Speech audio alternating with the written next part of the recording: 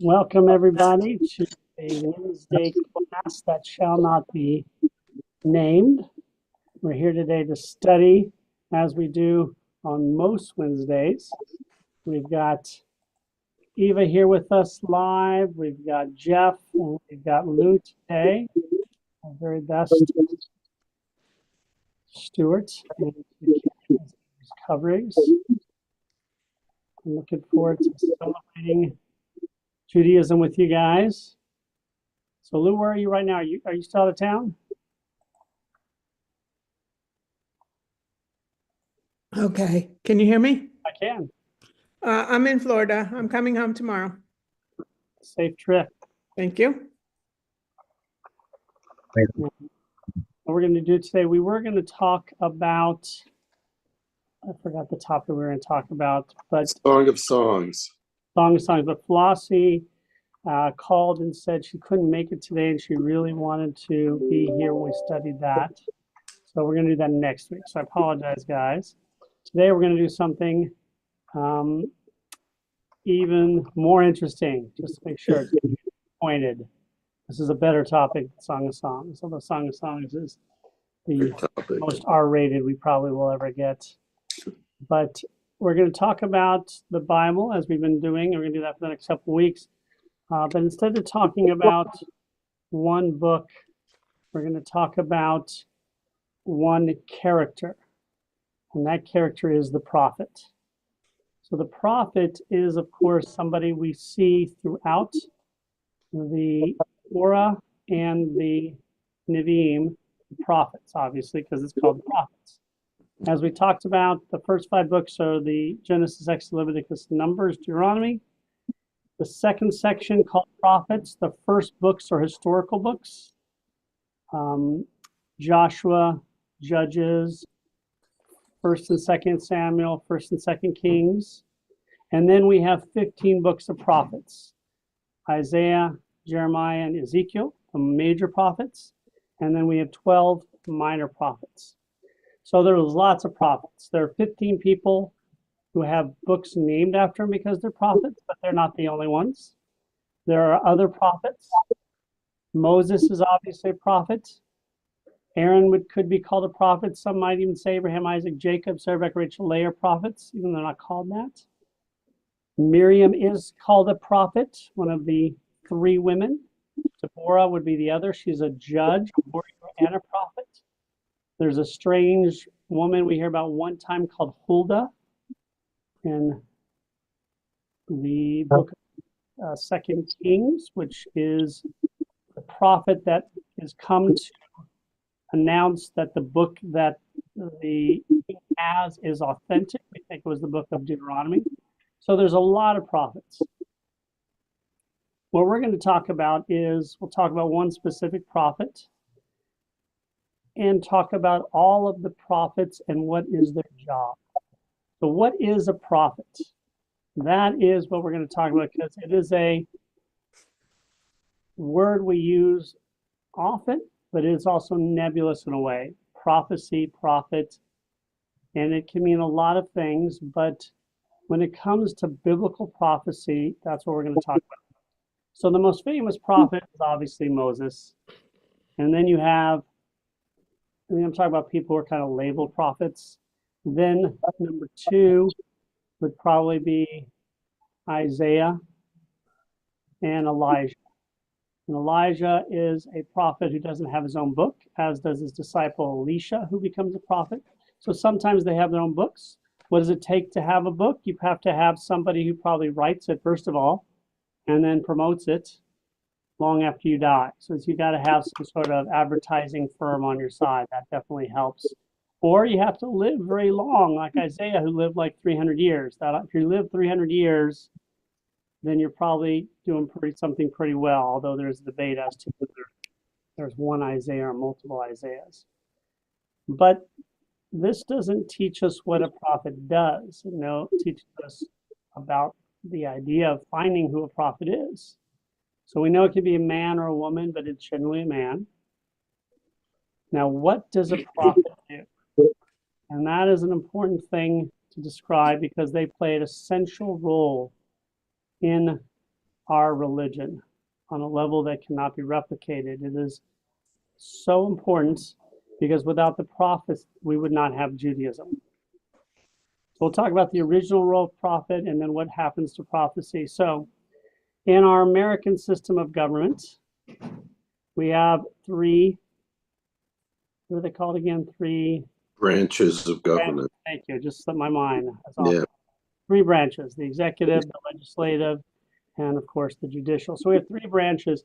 The branches are there for obviously to do their thing, but even more importantly, to watch out for one or the other branches getting too powerful. They're there as a watchdog.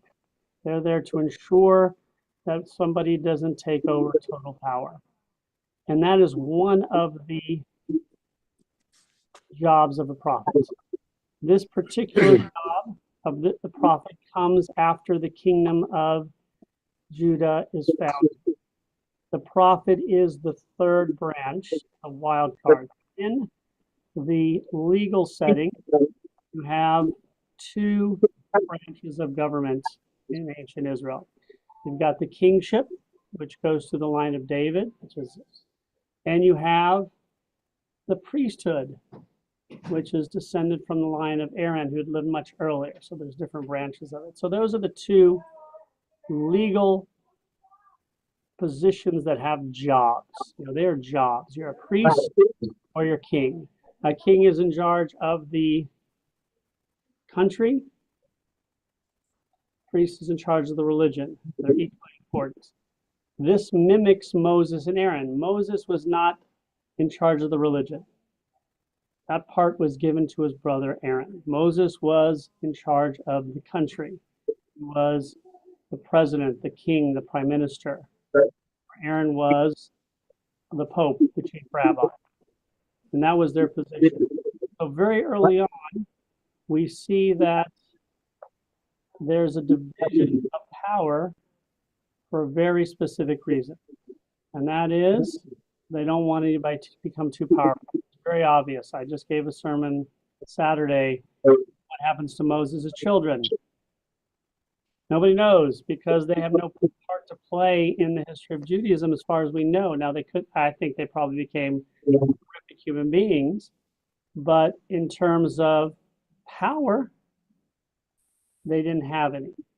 So Moses was the president, but they wanted to make sure the leader was not necessarily bloodline yet.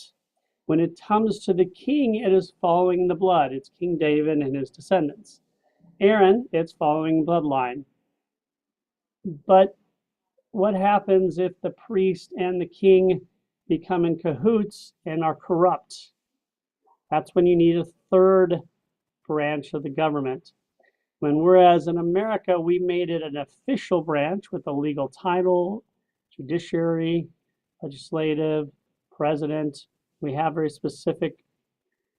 In the Bible, their third branch was called the prophet. And the prophet had a very important job. And Lou said, yeah, I muted all of you just for the moment, but unmute yourself if you want to talk. There was some feedback, so I don't know who was doing it. It may have been me. But yeah, just unmute yourself if you want to say anything. It was not to be cruel or power hungry. I'm not the power hungry king who wants to take total control. Well, I mean, I do, obviously. I just don't feel like I have the skills to figure out how to do it. So the prophet is the person who is the wild card. He or she, in this scenario, once the kingship is started, is responsible for keeping the king and the priest in check. So the prophet has one job, and that is to tell people what they're doing wrong. That's the job. That's prophecy in a nutshell. All the rest is extra.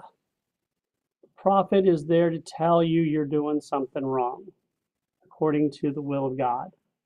So I will go to Stuart, who is a farmer, and tell him he is not paying his people on time. I'll go to Jeff right here. Jeff is an artisan. He is charging too much. I'll go to Lou, who is part of the priesthood, and say, you are not behaving as a priest should, or you're misusing your funds, or you're putting sacrifice above human beings' lives. Or I can go to the king and say, you, king, are misbehaving. You are a tyrant, and that is not your responsibility. The king in Judaism is supposed to follow the rules more strictly, not be above the rules. And that's the job of the prophet. So the prophet, as I like to say, is the worst job on earth. It's a great job after you die, probably. Like you're probably given a lot of benefits in the next world. But on this world, it is a terrible job. Can anybody imagine why it's terrible? What would be the problem? You're the bad guy. Exactly. You're actually the good guy, but everybody sees you as the bad guy, or at the very least, the super annoying guy. Because all you do is you come and tell us what we're doing wrong. If we're doing something right, yeah, you may praise us, but you don't spend your time with, Genevieve, who's doing everything right. That's not the job of the prophet. I can say, Genevieve, you're doing a great job. Have a good day. But the job of the prophet is to do things that God tells him in terms of people are misbehaving. And so that means, one, I cannot have a job. If I'm a prophet, I cannot have a job. Why can't I have a job? Because if you have a job, you have a boss. A prophet cannot have a boss. A prophet cannot have any boss at all. You may not have many friends either. And that's probably the worst part about being a prophet, because nobody wants to be friends with somebody who's telling them everything they're doing wrong. I mean, you may end up having disciples, which certainly happens, but people are annoyed, and people do not like to see the prophet coming into the neighborhood most of the time. Sometimes if you're in need of something, there's exceptions. Isaiah did a lot of good stuff as well. I mean, these prophets do a lot of good stuff beyond telling people what they're doing wrong, but that's the main job. That's why I always felt bad for police, because usually when people see police, they put their guard up, That's a very good example. A prophet is not a police officer, but a prophet is representing God and telling what to do. The prophet, though, doesn't tell you, I'm going to do something to you. The prophet tells you you're misbehaving, consequences are coming. It's not the prophet who usually brings the consequences, but it's the prophet who tells you they're coming. The prophet is also chased off. If you see a prophet, you want to chase the prophet off. Most of the time, you don't want to kill a prophet, because that's bad juju, as we say. However, some people do want to kill a prophet. Lou.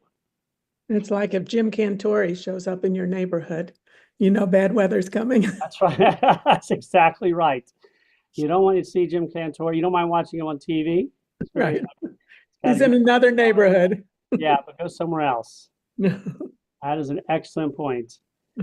The king doesn't want to see the prophet coming into his kingdom at all. Remember, there's a lot of different places. This ends up being two kingdoms. A lot of prophets were in the north and the south. You don't want the prophet in your kingdom at all. Some kings, if they're really horrible, as was Ahab and his wife Jezebel, they may even try and kill the prophet, as we see. And there's no guarantee that a prophet is not going to be killed. That's not the prophet's job. The prophet's job is to go and tell people what they're doing wrong. As if Jim Cantore, you go where the worst weather is. If you get killed, God forbid, or if you get wet, which actually for him is probably better for his ratings, actually. But the prophet is chased from place to place. You don't have a job, that means you don't have an income. Actually, you have to rely on the generosity of people. And people can be very generous, especially when they ask the prophet to leave and they feed him to get out of town. Can it be like Nanny McPhee? She's there when you need her and she has to leave when you don't. Yes, it's kind of like Mary Poppins, except for nobody wants them there. Yeah, it is. And it doesn't guarantee these people have any personality. They may have terrible personalities. They may be very strange. They may be hallucinating or almost seemingly on drugs, as Ezekiel is, again, Lou.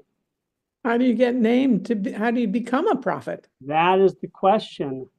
And that's an excellent question. We know how you're named king because it's your bloodline and you're chosen usually by the previous king, or you overthrow, or in the north where they keep overthrow somebody. So the path of the priest is very obvious. You have to first be a descendant of Aaron, and then you can knave and get political allies, and hopefully you can be in the high priestly group. But being a priest is automatic.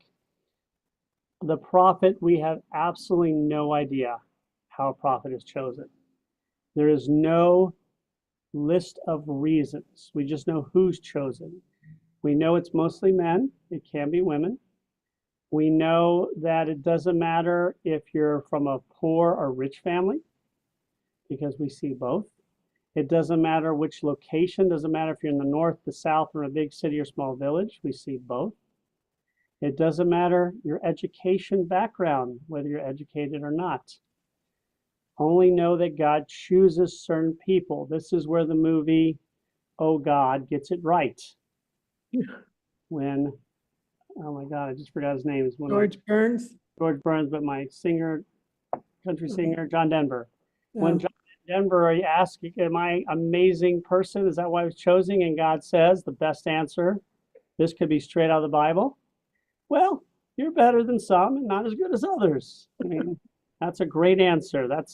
They get it right. We don't know why these people, now are they good people? Yes, the prophets are generally probably good people. We're doing something right, but we have no idea. Age is not a determination either. So we don't know why they're chosen. We just know they are chosen. And we know it's a very difficult job, especially once the kingdom system is created. And we know that some of them may have more money from family, so they don't have to worry about food as much or places to stay. They can pay for lodging. And others come from backgrounds where they have to worry a little bit. So I think if you're a prophet, you pretty much assume that you're going to get food from somewhere and that you're going to stay somewhere, whether it's a barn or something. But it's a vagabond lifestyle. You do not put roots down. You have children, you may have them beforehand, but having them once you're named a prophet is very difficult. And this is for life. It is not for a certain amount of time. As far as we know, it is for the rest of your life. And not only that, it's not a job you can quit. It's not a job offer you can turn down. That was the Godfather of Godfathers.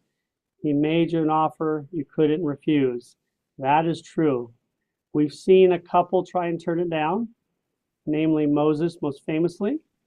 Second most famously would be the prophetic book we're going to look at. That's the book of Jonah.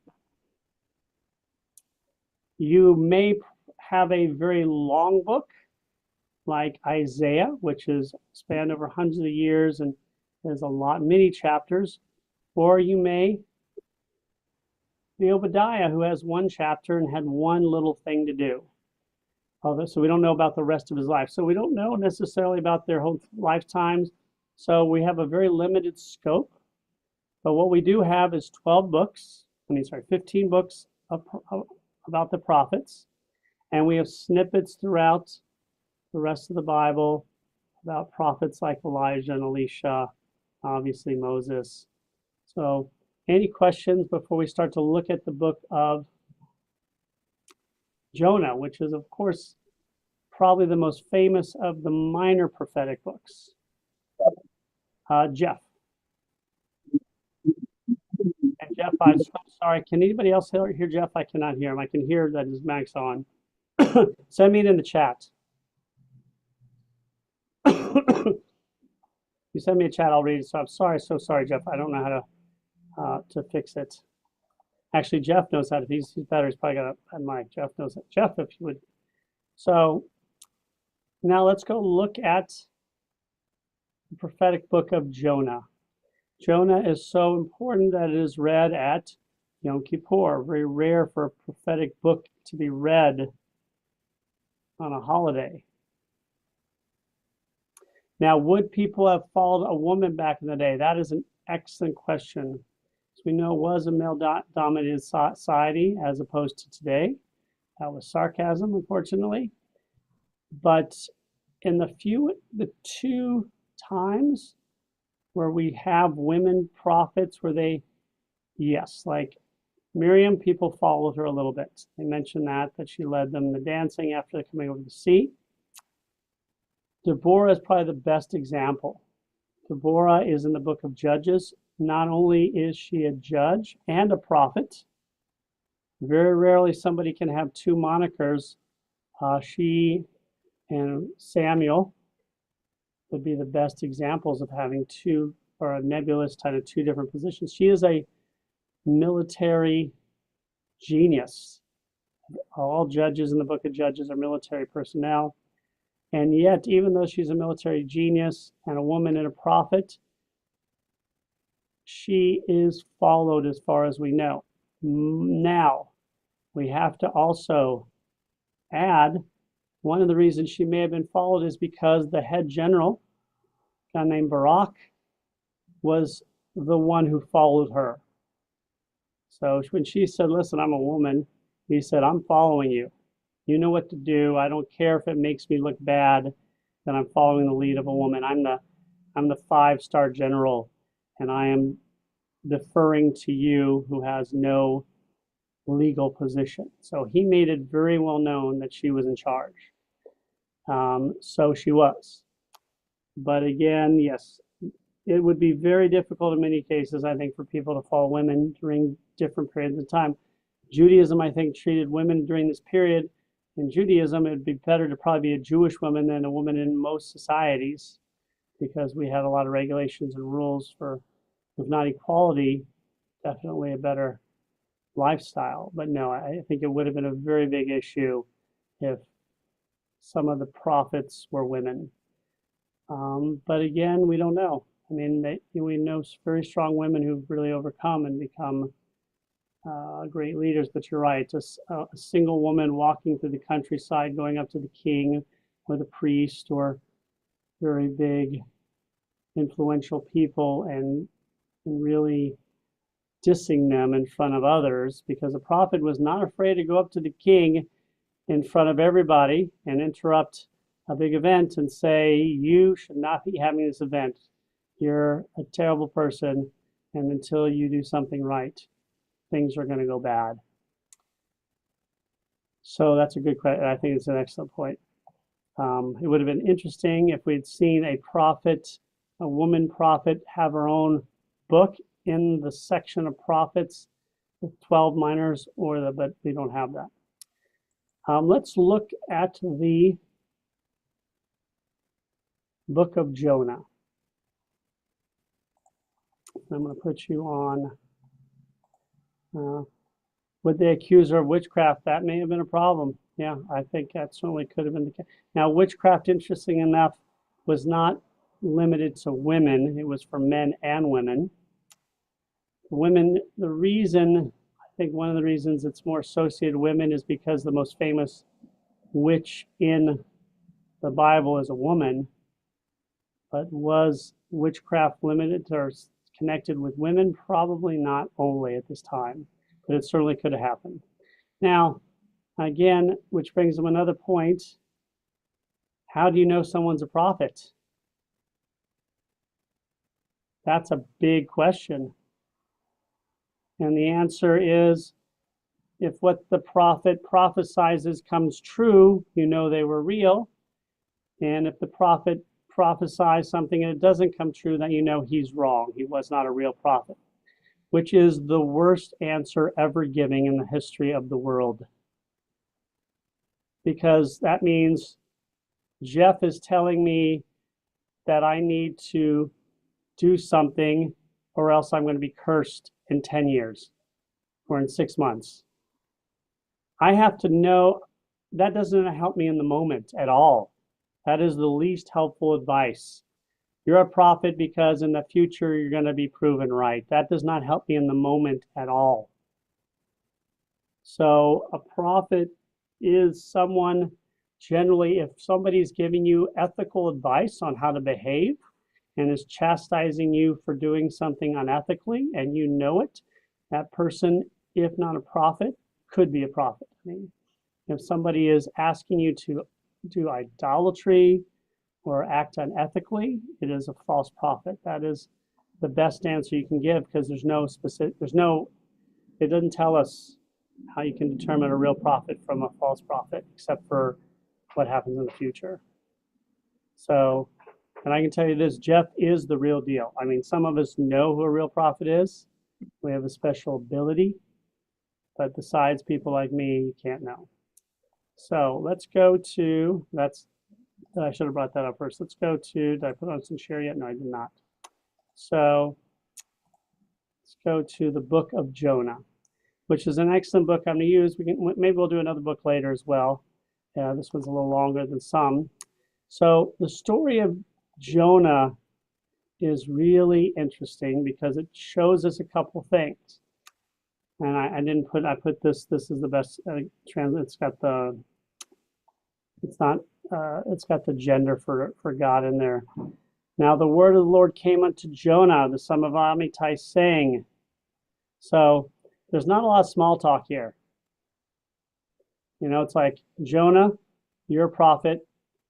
And the very next sentence is, arise, go to Nineveh, the great city, and proclaim against it, for their wickedness has come up before me. That's it. Now, this is also very different from most prophets, because most prophets get their instructions in dreams. The farther back you go in time, the closer relationship you have with God. Like God spoke to Moses and to Abraham and to Adam and Eve. I don't know if spoke is the word. God had a relationship where God talked to them and they could talk back. So like you and me, it was almost it. You know, we're having a talk back and forth. I can ask questions. Often prophets get their instructions in dreams.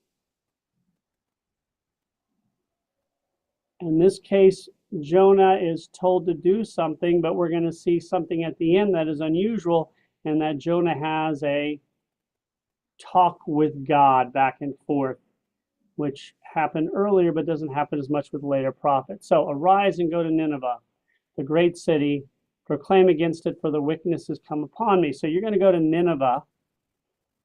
So you're not even going to Israel. Obadiah equally went to Edom, had to go to Edom, another country which would have been a vassal state. Now go to Nineveh and tell them they're misbehaving. So what does Jonah do? Jonah rose up to flee into Tarshish from the presence of the Lord. And he went to Joppa. Joppa and Joppa are synonyms, and found a ship going to Tarshish. So he paid the fare thereof and went down and to go with them unto Tarshish, and escaping, it doesn't say that word, from the presence of the Lord. So what's the first thing he does is he runs away from God. So we know this guy has a limited understanding of God if he thinks he can run away from God. So that, first of all, is very interesting, because this is not doesn't look like a super religious guy or a very knowledgeable guy. He does understand that there is a God, but he believes he can run away. So he understands God less than those of us talking right now. Now, this is where we also learn right away why being a prophet is not the best job in the world. It doesn't say it in here, but why is he running away? That's the question. Why does he want to run away? Why doesn't God, usually you think Being asked by God to do something is an honor. It's like Lou asking any of us to do something. I would be honored to do anything Lou tells me to do. Right. Except if Lou tells me to do something I really don't want to do. Not only that I really don't want to do, Lou tells me to do something that I know is going to have negative repercussions for my family and friends and me. That is a problem. And that's the problem we're having here. Because Nineveh is the enemy. This is a major city of the Assyrian Empire that is going to come down and destroy the Jewish country of Israel, the northern Jewish country. Now, as a prophet, he may know this. Even if he doesn't, he knows that Nineveh is the big bad. So he knows if he goes to preach against them and they listen to him, he is going to be saving his enemy. And this is where the Judaism or the Bible becomes its most powerful. And that he is not preaching to the Jews to be good. He's preaching to the bad guys to behave, or at least the enemies. And that you do not see in other places, because generally books written at this time, we're the hero, the other side is the bad guy. And in this case, so he runs away from God. He goes onto the ship, and he is not doing a real good job of being a prophet right now, because he runs onto the ship, and what happens to this poor ship? A great wind in the sea and a mighty tempest. So the ship was like to be broken. He's putting these other people's lives in danger. Not only that, what happens later?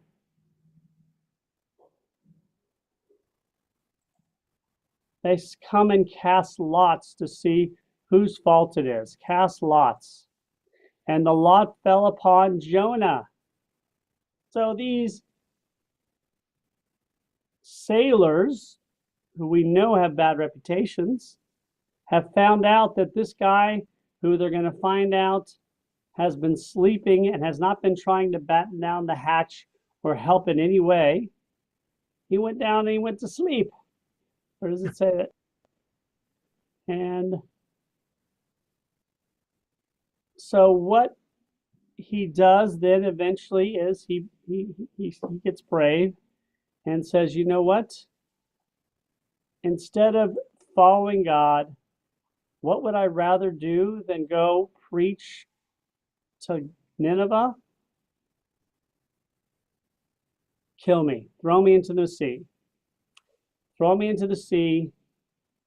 So at least he's being brave now, but it shows he would rather die than go and preach to try and save Nineveh. That's how much of an enemy Nineveh is. So what happens? The sailors, do they throw him overboard right away? No.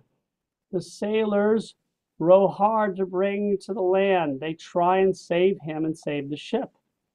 So the sailors are good guys. So it's really interesting how the book, the prophets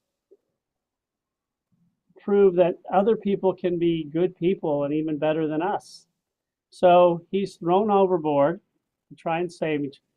And now what happens?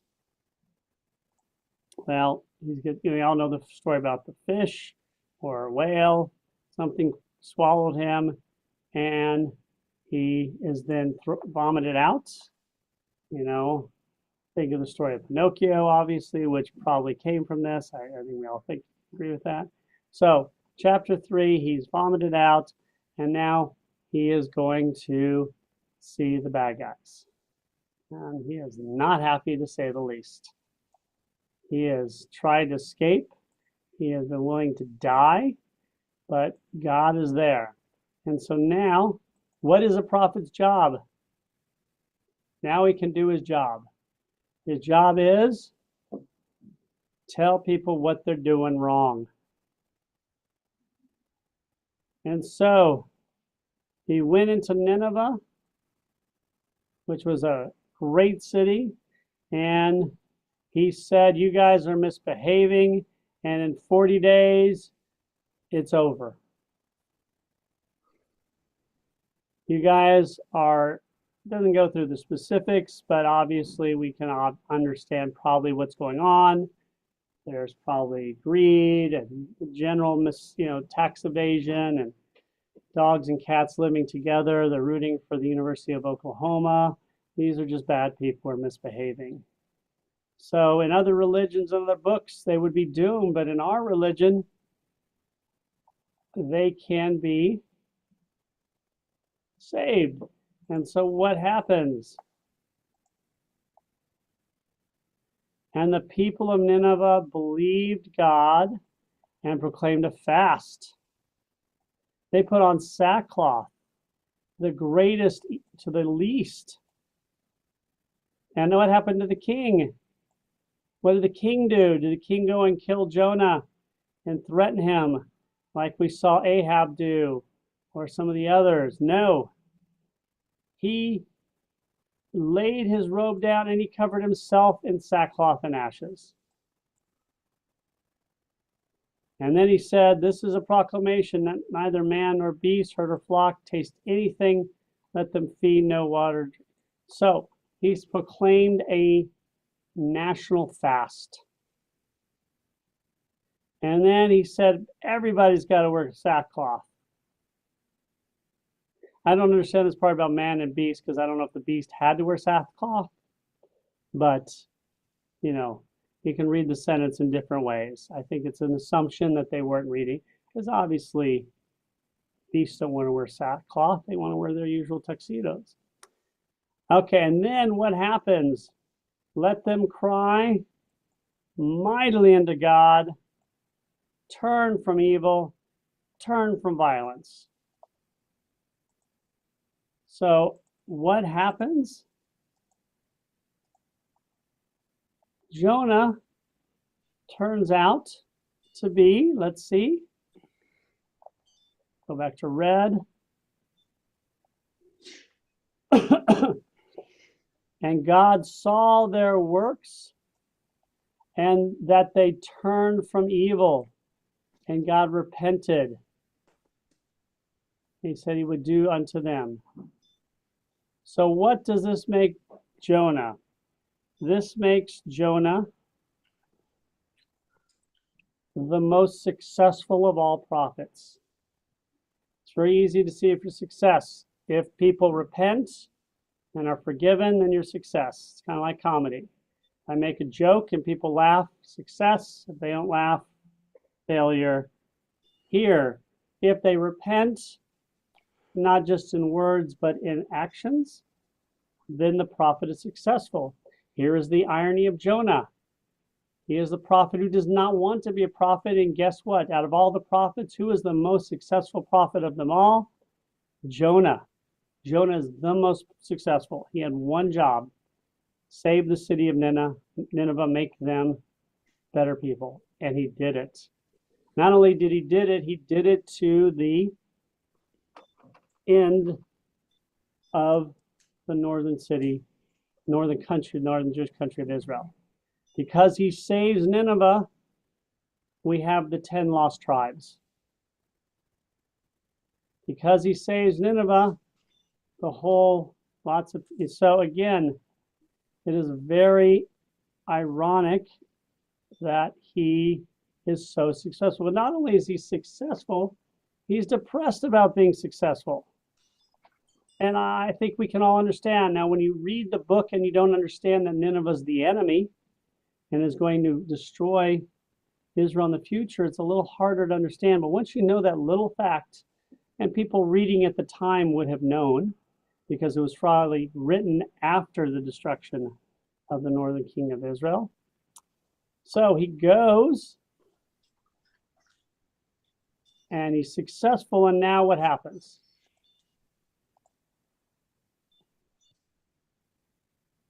He has to go do something else. Arise, go into Nineveh, that great city, and make unto it proclamation that it bid thee. He's got to go back. Okay, wait.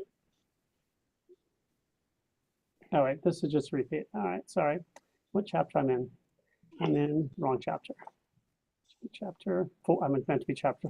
I'm in chapter 3 still. Never mind. Now we're going to chapter 4. Okay.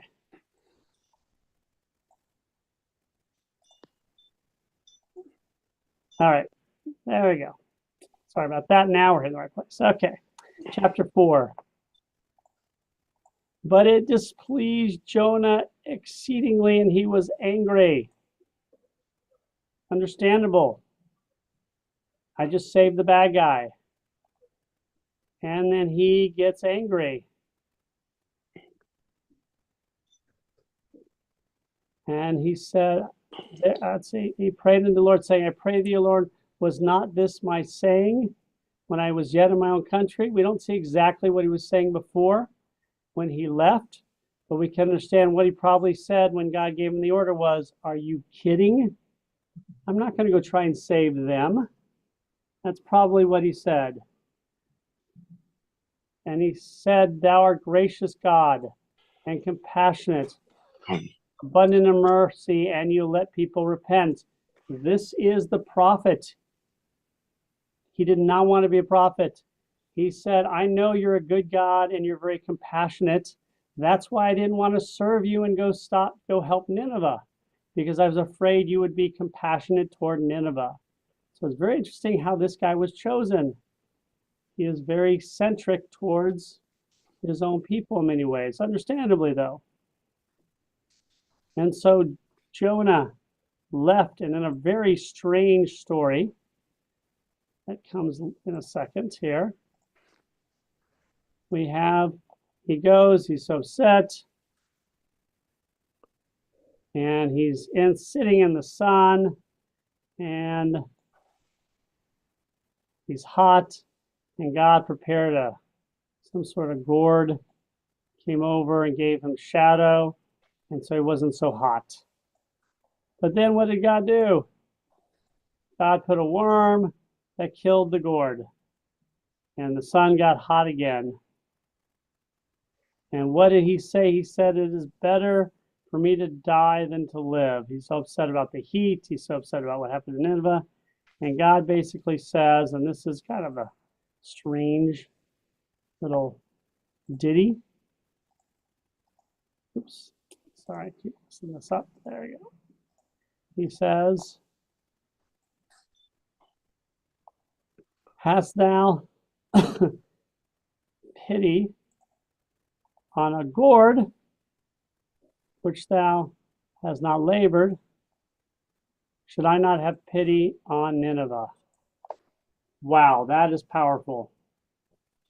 You have pity for this gourd, but you don't have pity on people. You have pity for your own people, but not for others. This is a God of everyone. It is an essential book for us. That's why we read it on Yom Kippur. You don't put a book to be read on Yom Kippur if it ain't important. And the lesson is here. This is the God of everybody.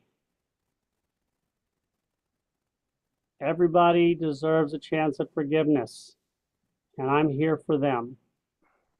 And this is what we read. So this is why Jonah is probably my favorite prophetic book, although Jeremiah's most beautifully written and the most depressing. But we see a prophet. Michael, you had a question? Yeah, this was way back with the cattle not eating for 3 days. I mean, I think I've read that, every year for decades, and I've always thought, how do you stop cattle from eating? And what are the repercussions? That is an And, excellent question. I just I've never come to terms with that. I just thought it's just one of those things that's in the Bible that frankly is stupid, you know? Yeah, it is, and there's a couple ways to look at it. It can be looked at that, and I think what's more difficult than that one though is the both man and beast, let them cry mightily unto God, let them turn from his evil way and from violence that's in their hands. So Hmm, man and beast, right. you don't believe beasts are good or bad. They're not evil or good. They're what they're programmed to do, and they're certainly not going to. So, what it probably is, it's probably some sort of euphemism. That's what it is. I don't think it's meant to be taken literally by anybody. I think it is man nor beast, which is really basically saying anybody, Okay. everybody.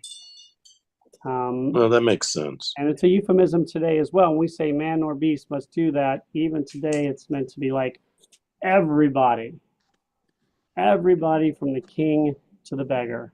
Yeah. But if it is meant to be literally, then it's pretty funny. The other question I have, as long as we're talking about Jonah, is Nineveh is a great city with this huge population, but you never hear about it before, you never hear about it after. You don't even know where Nineveh is. Well, not here you don't. In this book you don't, but it is mentioned in other places. Oh, is it? Okay. Oh, yeah. I mean, it is when Israel's destroyed in Oh, okay. the 8th century. Now, also you have to remember, and that is also a good point because this book is written right later. People, when we read a book today, we bring in a certain knowledge to it. And I'm reading a book and it has references to things that I know about, TVs or this Mhm. politician or this happening. It's something I talk about the World Series. And even if you're not a baseball fan, you know what the World Series is. But in 1,000 years, when baseball goes extinct. So people of the day where they're reading and write this know what Nineveh is. They probably know it's a great city.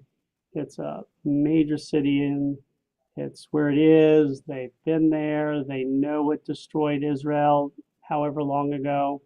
So for them, they don't need to search for this extra knowledge that we, just like when they say man or beast, or they have euphemisms back then that we have no idea today. And in the future, when people look back, they're going to, if you read something from the 19th century, you're reading Charles Dickens, for instance, there's a lot of strange words or words that mean something differently, or they use, my kids, calling the garbage rubbish. They're watching Bluey and Peppa Pig. They slip in some of these British and Australian words. Instead of saying behind or butt, they say bum, because what's what they say on Bluey. So yeah, I think that's an important point. We read these, but this is written 2,500 years ago, and so there's a lot of things we have to determine. What is a euphemism? What is literal? What is meant to be literal? What did people back then automatically know was not meant to be literal? It's raining cats and dogs. I know that is not literal. But I'm sorry. I was even thinking about, it's silly, but the turtles candy, you know how like we all call them turtles, and we could write like we're eating turtles and that we know it's candy, but like in 1,000 years they could be like, oh my God, they were eating turtles. That's horrible. That's exactly right. 100%. So we do the best we can. And you have a lot of scholars who kind of go through. That's why there's also a lot of debate. There will be those who say, of course the cattle could turn to God. God can do anything. But we also have to also understand that back then they had less words. They had a lot less words. that they used, especially in writing. They just were very limited.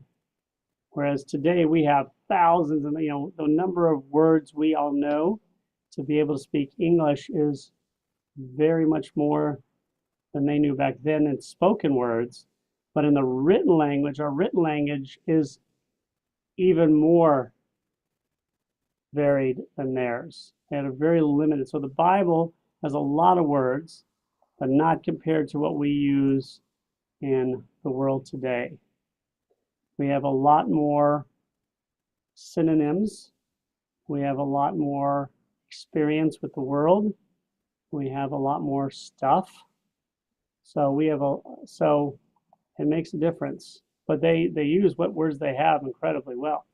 Well, even today, I know they use it as an insult sometimes, but like they'll refer to women as heifers, right? But then people know that heifers are cows, or other words that they use for animals, they also use towards humans.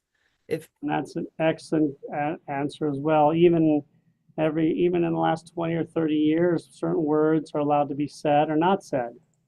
They have word meanings change. And something if I talked to my mother about when I went to visit, China, you went to see all the Orientals, which is now today considered in many regards an insult, because that was a label we gave them, where you would say now going to Asia.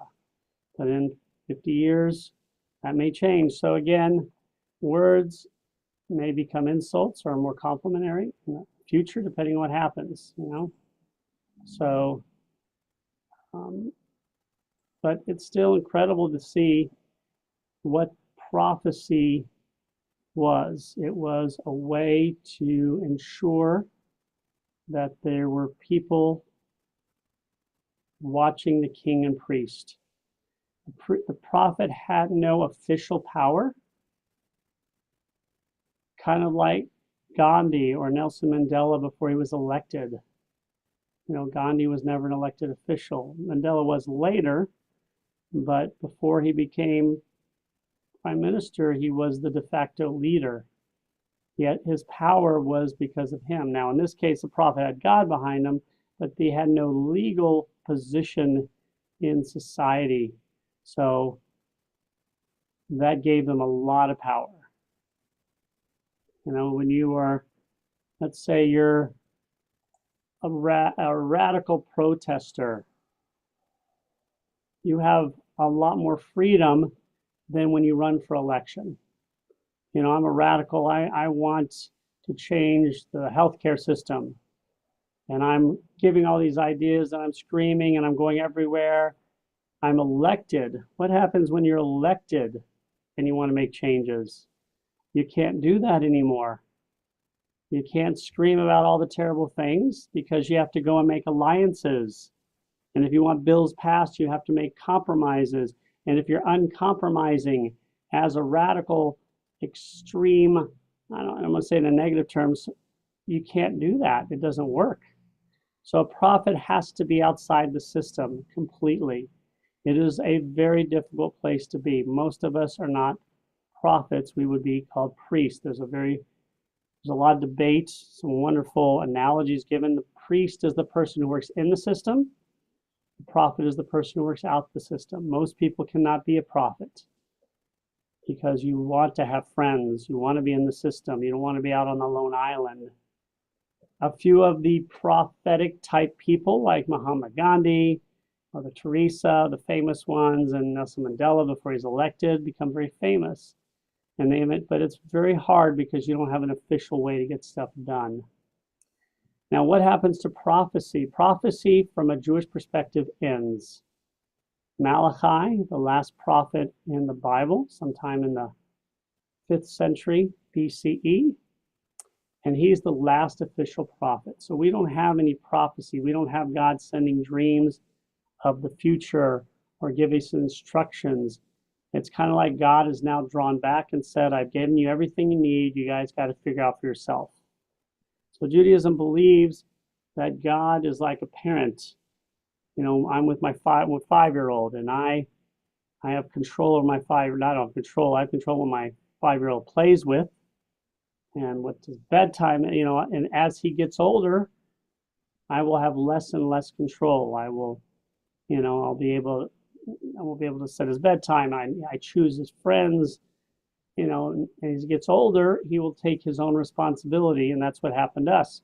At first, Moses is talking face to face to God and giving instructions. And then later, God draws back and God is giving instructions through dreams. And then later is God is not giving us instructions anymore. It's like we're adults now. We can ask God for help, but we got to kind of do it on our own. And so Malachi was the last of it. That doesn't mean we can't be prophet-like. We can't, fighting the system or preaching against injustice. That is being prophetic or prophet-like. So we can still be prophetic, but prophecy ended a long time ago for us. And that's one of the big reasons that for Christianity was able to create a Messiah or have a Messiah, or Jesus became the Messiah.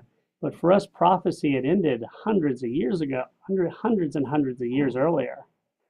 So we just didn't have that in our belief system anymore. Not that that's wrong or right for them. That's what they created their own system. But we said, listen, we don't have that anymore. All right. Great hanging with you guys. Lou, you have a question? No, All right. Did it all. Safe trip, by the way, listening. back. Thank you. Well, that's a little bit about prophecy. Next week, we will talk about Song of Songs, which again, if you read the Bible and you debate which books you think should have been in, inevitably, Song of Songs is probably going to be the first book you're going to say, really? That's a little strange that the rabbis chose this book out of all the other books. So we'll look at some passages and see how the book of love affects us. So as for what's coming up, we have had a lot of big stuff and we're having a lot more coming up. So I'll just give you some samplings. We're going to have a just meeting for anybody who wants to meet on this Saturday at 1 after lunch, after services and lunch. On the 1st, March 1st, we have another bat mitzvah, Sophia Cherniak, which should be amazing. I've got my Ollie class on the 24th, where I'm going to talk about the story of the Exodus, what we know and what we don't know. On March 2nd, we're volunteering with Loop It Up Savannah. We were supposed to do it 2 weeks ago, but the rain prediction, which proved true, was 80%. So it's one of the best organizations in town that deals with kids. And what we're going to be doing with them is working in the garden at Garrison Middle School. This is a program for kids and adults. Anybody who wants to do gardening can do it at a very basic level, like little kids, like my kids will be doing, or you can do it at a very significant level. So that'll be really a lot of fun.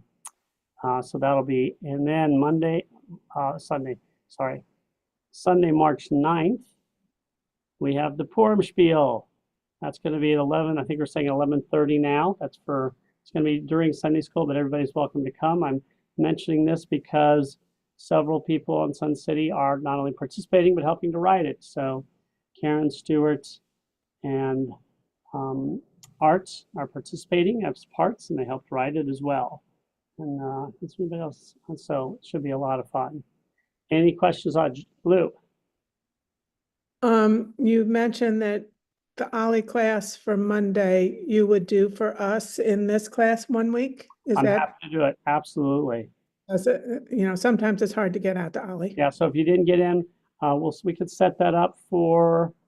We could do that. We can do it next week because we're doing Song of Songs, but we can do it the week after. Oh, sorry, no, we cannot. March 5th. I apologize. I will not be here.